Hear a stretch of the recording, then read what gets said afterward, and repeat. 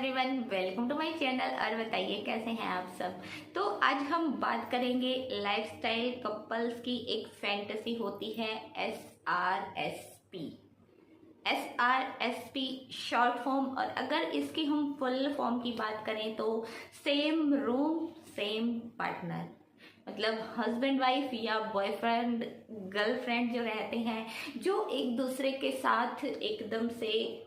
जुड़े हुए हैं, जिनको ज़रूरत नहीं है कि भाई कोई जो तीसरा इंसान है, जो तीसरा प्राणी है वो हमारे बीच में आए, बट वो फिर भी फैंटेसीज के वर्ल्ड में घुसना चाहते हैं, फैंटेसीज को एंजॉय करना चाहते हैं, कुछ हटके करना चाहते हैं। उनको कुछ बॉम्ब फोड़ने होते हैं कि हाँ भाई ऐसे है। और कुछ कपल ऐसे भी होते हैं जिनको मतलब ये देखना है कि हाँ भाई हम जो अपना सेक्सुअल एंजॉयमेंट है वो इस तरीके से करते हैं, बट दूसरा जो कपल है वो उसको किस तरीके से करता है, क्या उनमें कुछ अलग चीज़ है। और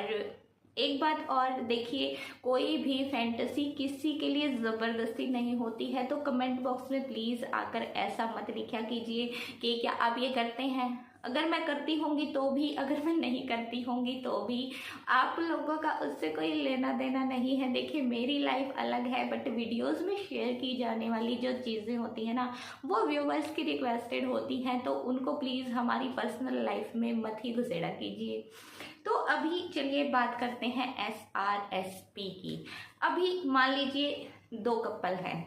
एक हस्बैंड वाइफ है, दूसरा हस्बैंड वाइफ है, बट दोनों बहुत ही मॉडर्न ख्यालात के हैं। अभी जैसे वाइफ स्वैपिंग होता है, वाइफ को शेयर किया जाता है, बट उनके अंदर इतनी हिम्मत नहीं है कि भाई हाँ मैं अपनी वाइफ को किसी के साथ शेयर करूं या वाइफ स्वैपिंग मैं करूं। भाई मेरे अंदर इतनी हिम्मत नहीं है, बट फिर भी मैं जो लाइफस्टाइल है उसको एंजॉय करना चाहता हूं। मैं कुछ ऐसा करना चाहता हूं कि हाँ भाई मुझे अपनी आने वाली जो लाइफ है उसमें मेरा एक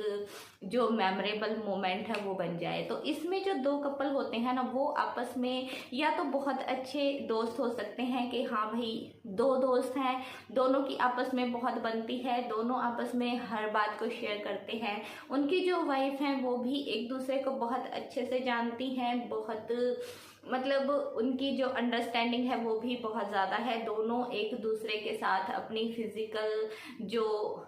बातें हैं वो भी शेयर करती हैं, अपनी जो इंटीमेशन वाली बातें हैं वो भी शेयर करती हैं, अपनी जो सेक्सुअल एक्टिविटी है अपने हस्बैंड के साथ, या जो हस्बैंड रहता है वो भी अपने फ्रेंड के साथ अपनी वाइफ की हर चीज़ शेयर करता है। तो फिर वहाँ पर ये जो SRSP का जो एक्ट है वो परफॉर्म किया जाता है। फिर दो कपल होते हैं, ये एक तरह से मतलब एक डिसाइड करते हैं कि हाँ भाई हम सेम रूम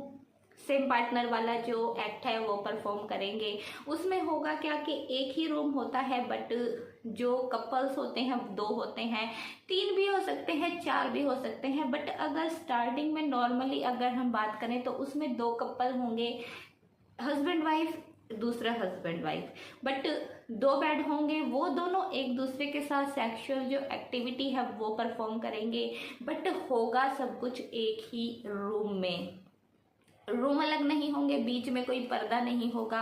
बीच में कोई दीवार नहीं होगी, बीच में कोई रोक टोक नहीं होगी। पहले वाला कपल दूसरे की एक्टिविटीज को देख सकता है, दूसरे वाला जो कपल है वो पहले वाले की जो एक्टिविटीज हैं उनको देख सकता है। तो फर्स्ट बात तो देखिए, इसमें एक दूसरे पर जो भरोसा है वो हद से ज्यादा होना चाहिए कि ये कल को हमारी इस बात को कहीं पब्लिक में उड़ाएगा नहीं, किसी को जाकर ये चीज बोलेगा नहीं कि हाँ भाई ये तो ऐसा करता है वैसा करता है। लोग बहुत बार मतलब ऐसा करते हैं ना, अपनी बातें छुपा लेते हैं दूसरे की, तो हाँ भाई उड़ा ही देते हैं। और जो छुपाने की सोच के चक्कर में वो उसको भी नहीं बोल पाएगा, और अगर एक ने बोल दिया और दूसरा उसके बाद अगर ऐसा बोलेगा कि हाँ भाई इसने भी तो ये किया था, बट लोग उस चीज़ को मानेंगे नहीं। बिकॉज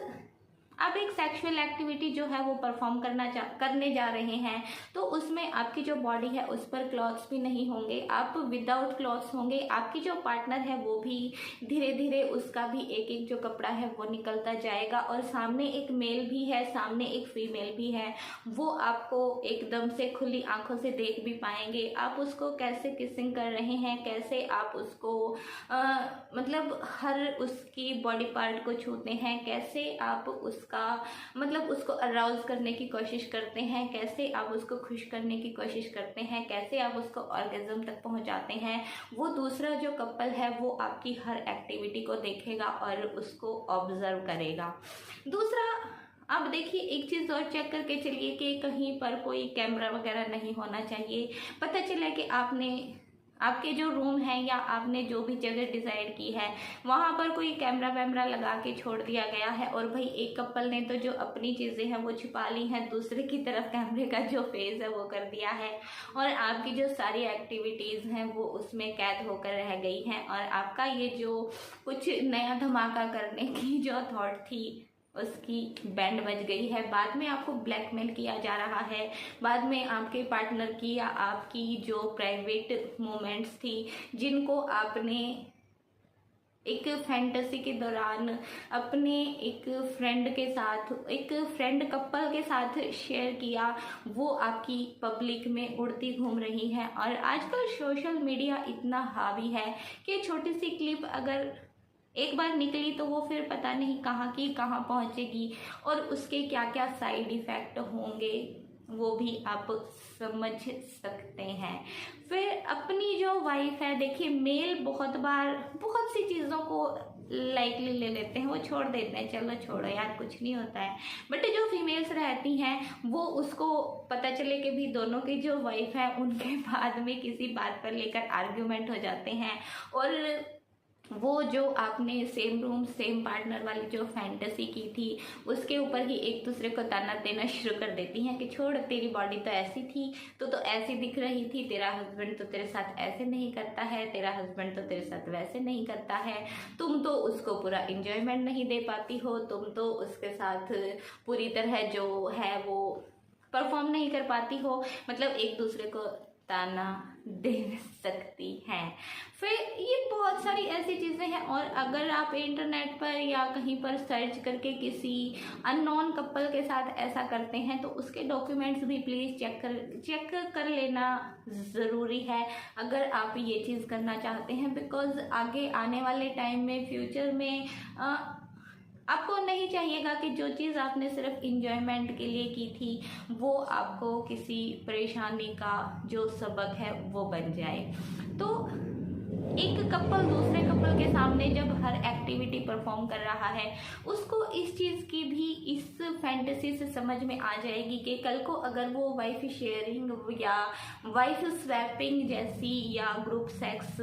मतलब कोई भी ऐसी जो फैंटेसी है उसको परफॉर्म अगर करना चाहता है तो क्या वो कर पाएगा। अगर एक कपल ये चीज़ मतलब सहन कर लेता है ना कि भाई हम दोनों हैं जो वो एकदम से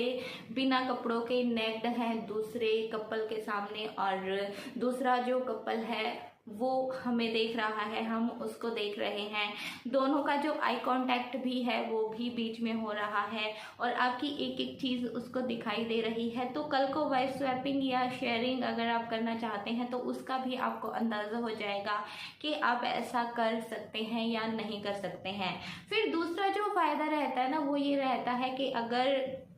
एक फीमेल है वो अगर दूसरे आपके फ्रेंड के पास